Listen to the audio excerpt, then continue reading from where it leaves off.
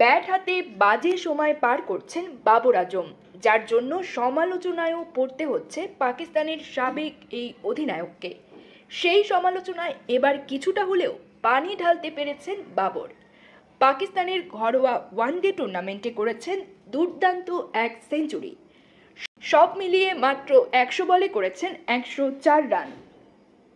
এই সেঞ্চুরিতে শুধু সমালোচনার জবাবই দেননি, একটা রেকর্ডও গড়েছেন তিনি। লিস্ট এ ক্রিকেটে দ্রুততম 30 সেঞ্চুরির মালিক এখন তিনি। আগে যা ছিল বিরাট কোহলির দখলে। এই ম্যাচে স্টালিয়ন্সের হয়ে খেলেছেন বাবর। তার সেঞ্চুরিতে স্টালিয়ন্স 174 রানের বড় ব্যবধানে হারিয়েছেন ডলফিন্সকে। 180 ইনিংস খেলে 30টি লিস্ট এ সেঞ্চুরি করলেন পাকিস্তানের সাদা বলের অধিনায়ক। বিরাট কোহলি 199 ইনিংস খেলে 30টি লিস্ট এ সেঞ্চুরি করেছেন। এ তালিকায় আছেন দক্ষিণ আফ্রিকার সাবেক ব্যাটার হাশিম আমলা। তিনি 225 ইনিংস খেলে 30 সেঞ্চুরি করেছিলেন। এছাড়া আছেন নিউজিল্যান্ডের মার্টিন গাপটিল, ভারতের শিখর ধাওয়ান, সচিন টেন্ডুলকার ও রোহিত শর্মা।